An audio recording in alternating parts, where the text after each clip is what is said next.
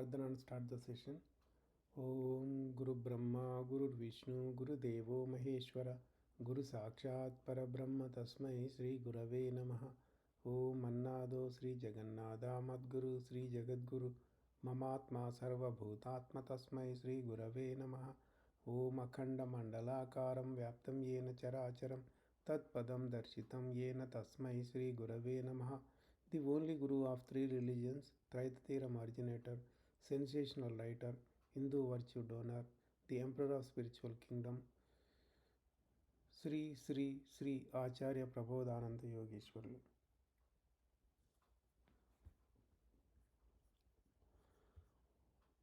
We are learning Raja Vidya Raja Guhyam chapter from Traitatiram Bhagavad Gita.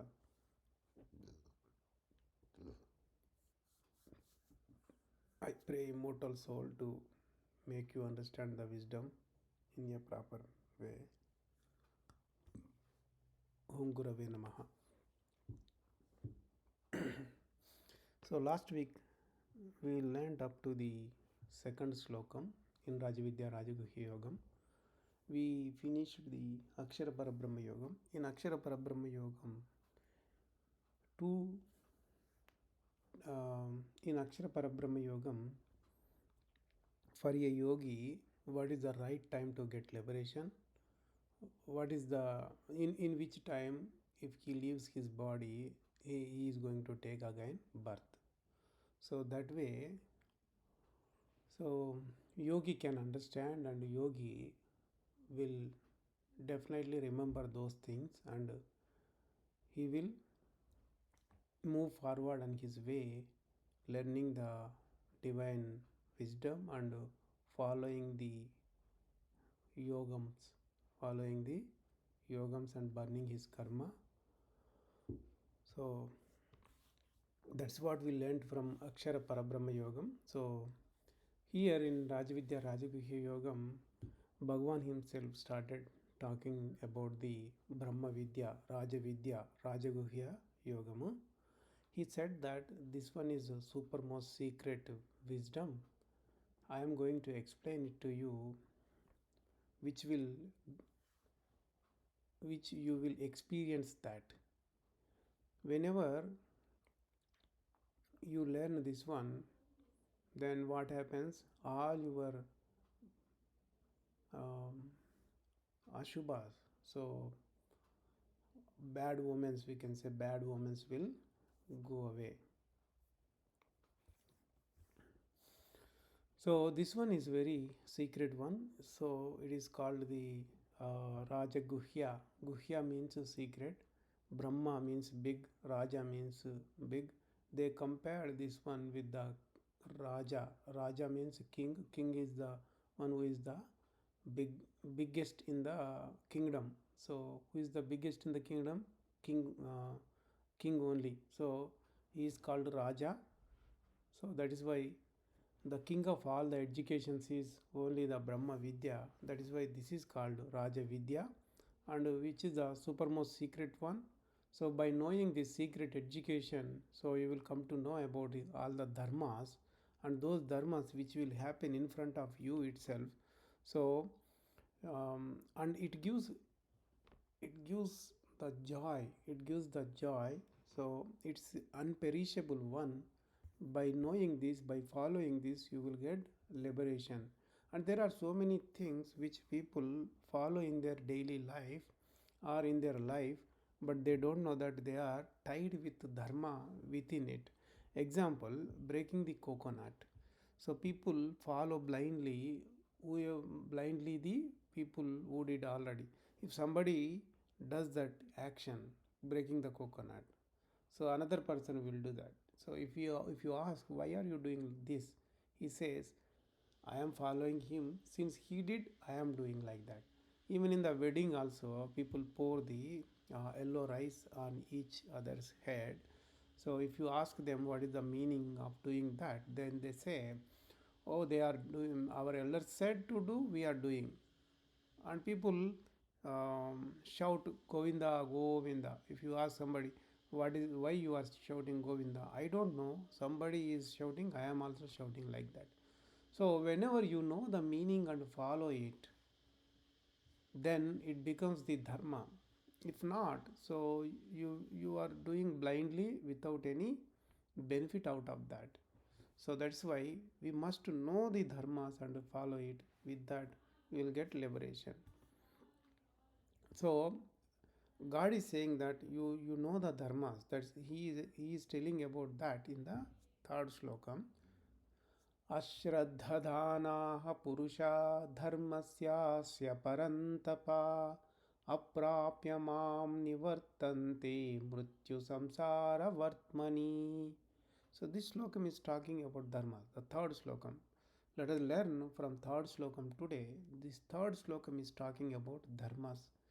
So what he is saying over here is, the one who has no interest on dharmas, he cannot know about the God, and he will be in the birth and death cycle itself forever. That's what he is saying. So let us know more details about that, what Swami explained to us. Um,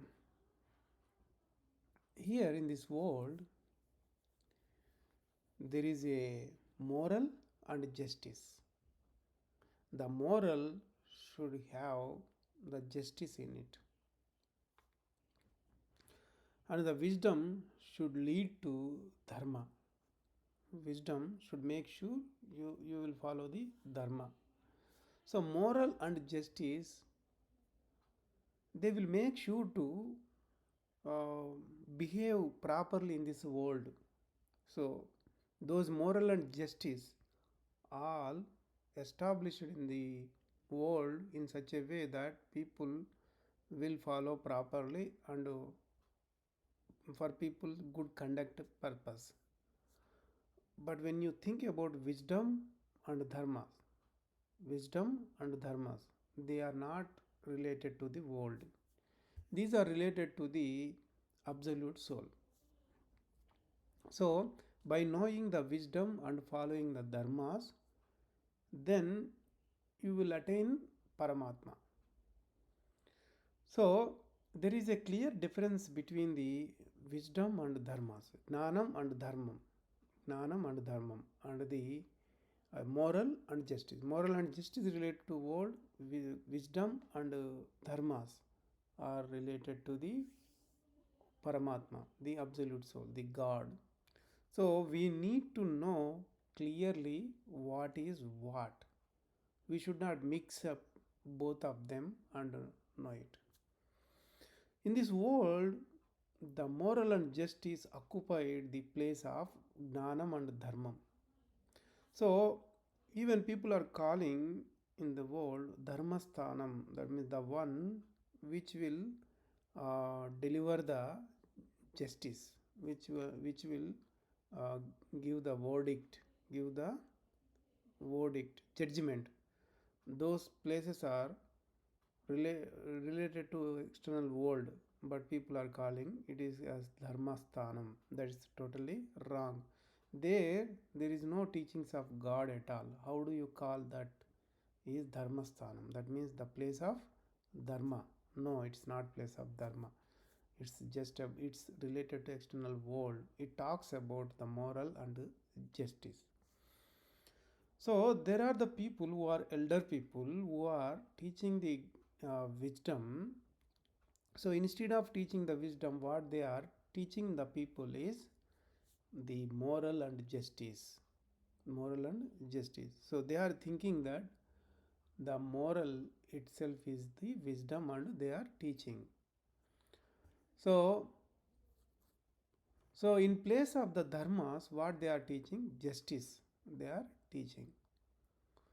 So that's why it became so much complex thing, confused thing to the people. And people are thinking that the moral and justice is the biggest one in the world. We should follow that, so that we are called the people with good conduct. Good conduct. So, so what they are teaching basically, what they are teaching basically, the people who are so called, the people who say that they are teaching the wisdom, but actually what they are teaching is, so you speak only truth, you have to help others, don't cheat others, follow good only, do good deeds only, don't do uh, don't cheat others, don't do injustice to anyone. So that way they are teaching. But these teachings are related to the external world only. So there is no subject about the God. If there are the elders in the society, if they teach it, then that is fine.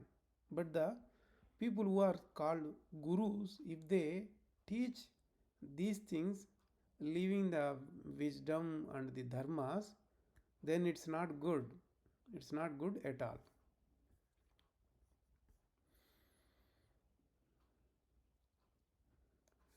So nowadays, the people don't know about the wisdom and dharmas. The people who are teaching the moral and justice, they are seen as big gnanis and big yogis in the world itself.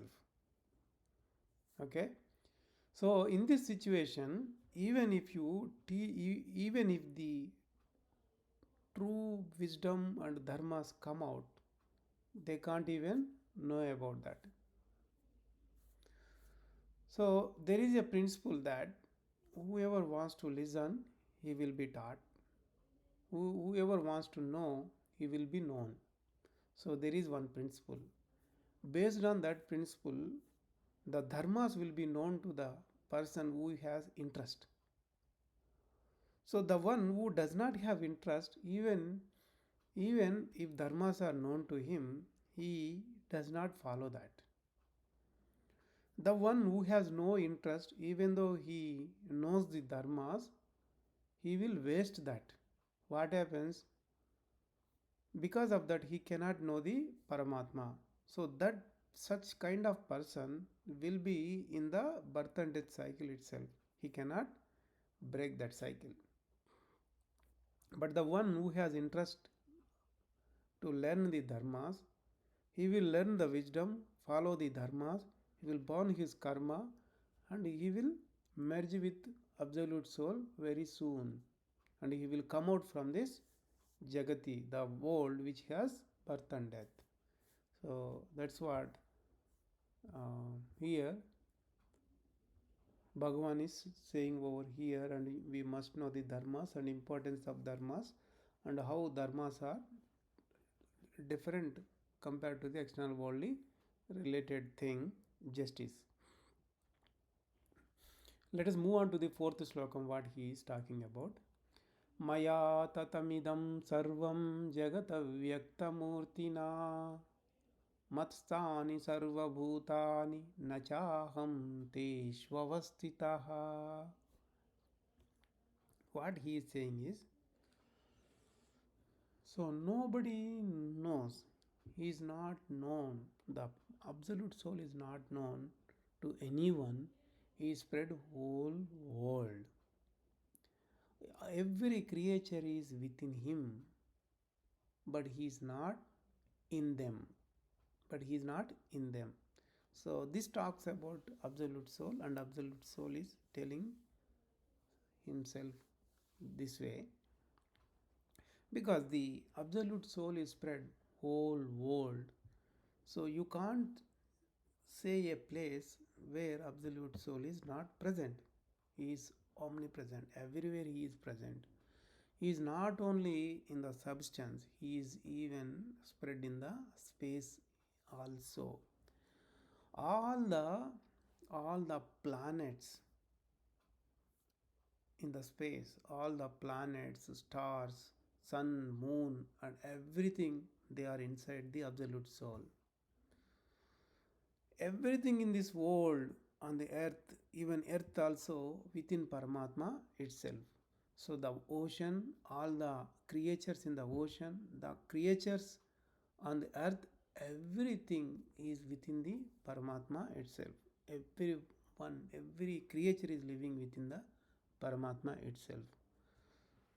So, wherever the creature is present, that is always inside the Paramatma itself. That is why he is saying, Matstani Sarva Bhutani. That means all the creatures are within him.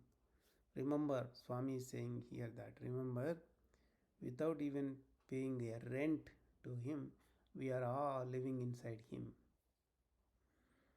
We are inside his place, but he is not in our place. So, Paramatma is not in our place.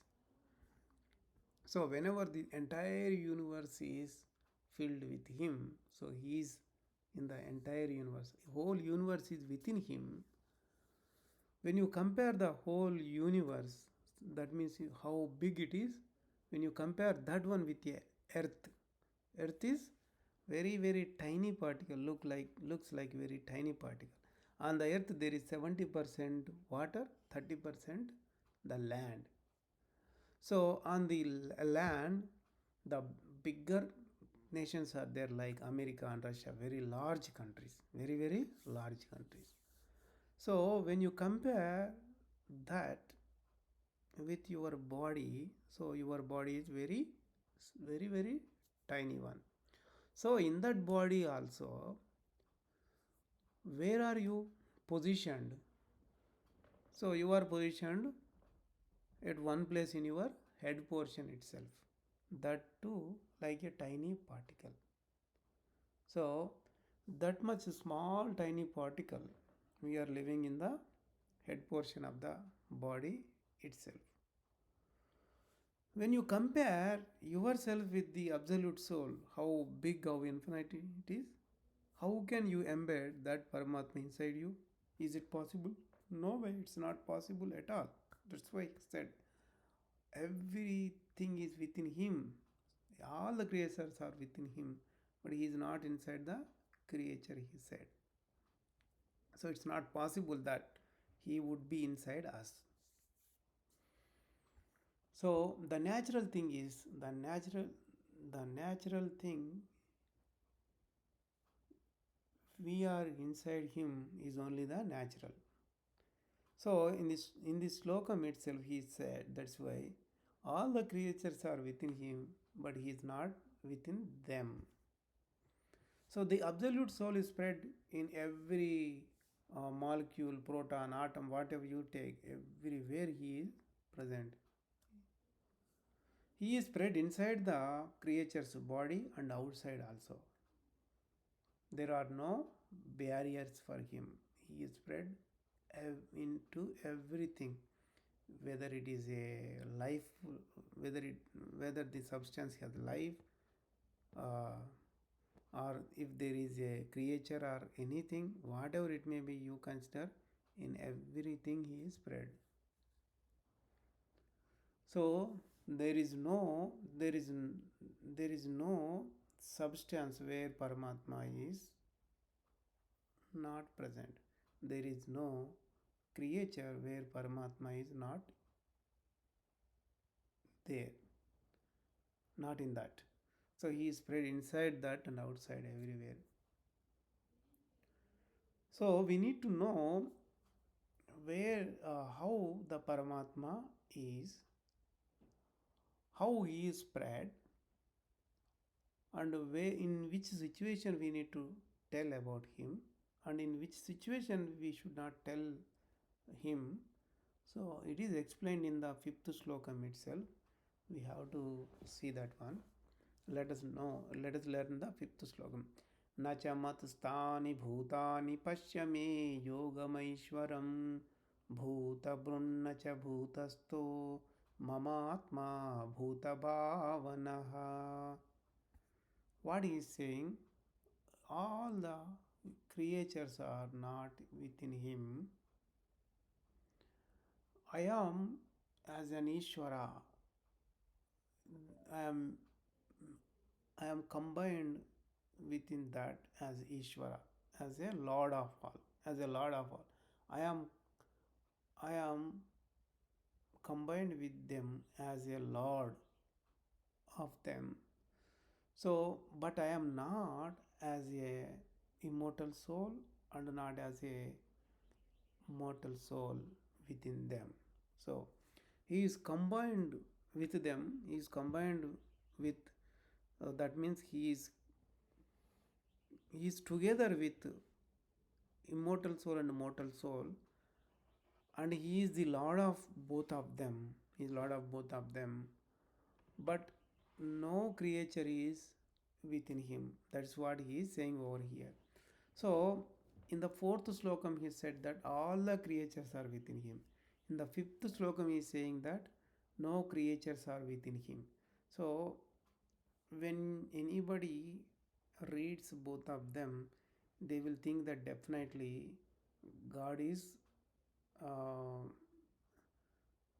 God is cheating here, or God is flipping his plate immediately over here.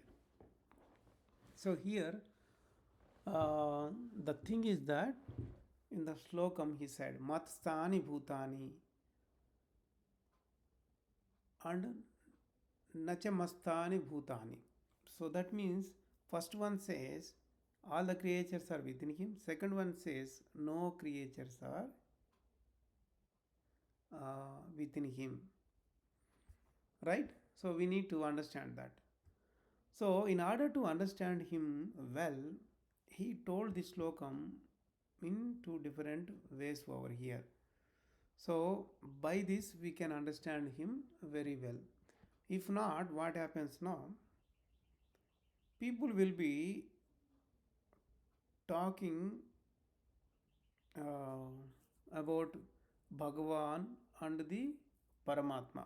Bhagavan and the Paramatma. So some people say in place of Bhagavan they talk about Paramatma. In place of Paramatma they talk about Bhagavan. So Paramatma is omnipresent. He is everywhere. He is spread inside the body, outside, everywhere. He is boundless. He has no shape. He has no name. But Bhagavan is having a form. So whenever dharmas become adharmas, he comes as a guru to teach the wisdom. He will come as a human being. So he has limited sight to see. But for Paramatma, it is he will be witnessing everything in all the directions. He knows everything. But Bhagavan is not like that. Though Bhagavan is from Paramatma, that means conceptually both are same. But here,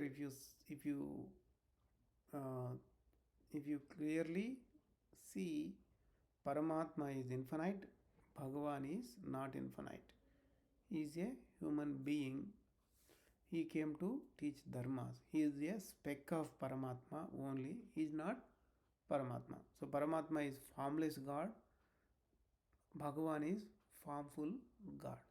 So that is why wherever you are teaching about Paramatma, you teach about Paramatma only. If you say that Bhagavan is spread whole universe, that is wrong. Absolute soul is spread whole world, entire universe. That is correct. So that way we have to understand and tell that. So some people who are teaching the wisdom, they think that they know the wisdom and teach that. The people who are going to them and who are following that guru, the people always think that this guru knows so much.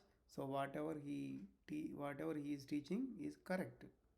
So when this kind of situation come, when that guru is not able to understand the uh, clear concept about Bhagavan and absolute soul, then we can conclude that that guru is not having the subtle knowledge in the wisdom. So similarly, if there is if one matter comes like, if absolute soul says that in one context I am witnessing everywhere, and in one context if he says I am not witnessing anything, so then how come the people can understand about that? They will be in the dilemma situation and they cannot come to the wisdom to learn and to advance. So that is why the teachers who is the preachers who is preaching the wisdom, they have to know the wisdom very deep and very clearly. Then only they have to teach.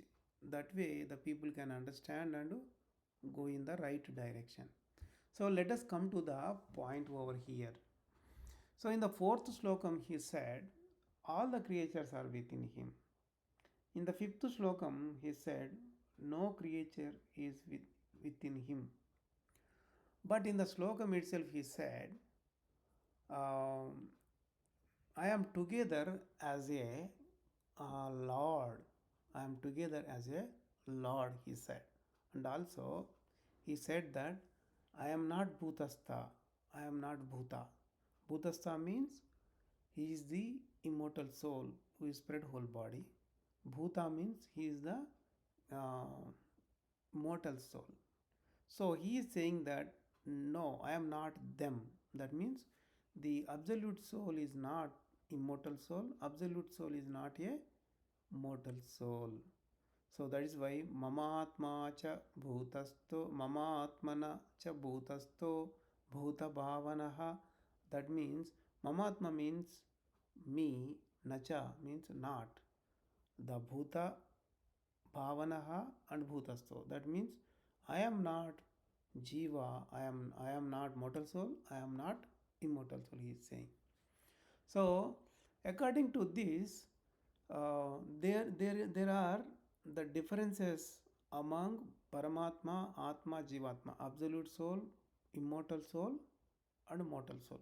The absolute soul or Paramatma is the one which is spread everywhere, inside the body, outside, everywhere, no bounds at all to absolute soul. He is infinite. The immortal soul is spread inside the creature's body from head to the toe. So the immortal soul is the one which is inside the head portion only at one place in the body itself. Like that, three souls are having three differences. So absolute soul is the one biggest, then the Atma, then the Jivatma. So all three are, when we divided them, they are separate and they have their own things, so their own characteristics, we can say. But for both of them, for mortal soul and immortal soul, the Lord is absolute soul only. He is the Lord. So the absolute soul has no bound at all. It's boundless. But there are limitations to mortal soul and immortal soul. So he is together. The absolute soul is together with mortal soul and immortal soul as a Lord to them. And he is saying over here, Pashyanti Yoga Maishwaram. He is saying Pashyanti Yoga Maishwaram here. So whenever you see it as a unique form, whole world, universe, everything is within inside the absolute soul itself. So when you divide them into three parts, whatever he is saying that all the creatures are within him is right. When you see in the unique form, all the creatures are within him. That means fourth slokam. When you divide them into three parts, Paramatma, Atma, Jivatma, all the creatures are not really within him. See, that way, the Paramatma, what he said, all the mortal souls are not within him is the right answer. So the unique absolute soul, when it is divided, then the mortal souls are not within him or creatures are not within him. When it is seen as unique one thing, then everything is within him. For example, if there is a person who is having 9 acres of land and he got 3 sons, So after they become elder, that means they become young. What he did, he distributed his 9 acres into three equal, uh, 3 acres each. So if you talk to one among them and ask whose this land belongs, then he will definitely say, it belongs to me, it's mine. He does not say that it belongs to his father, because his father distributed that property to him. So who is owned? The son owns that now. So since son owns that property now, that 3 acres, the son is not going to say that this property belongs to his father. So that way, so when the father did not distribute his property, whole property belongs to father. When father distributed that property, then the distributed property uh, does not belongs to father now. So after distribution, the property does not belongs to father. Before distribution, the property belongs to father. Here in the fourth slokam, so talks about the uniqueness of the absolute soul. That means before division of the absolute soul, everything is within him. When we divide absolute soul into absolute soul, mortal soul, and immortal soul and mortal soul, like three souls, then each one is different. So that's why he said the mortal souls, the creatures are not within him.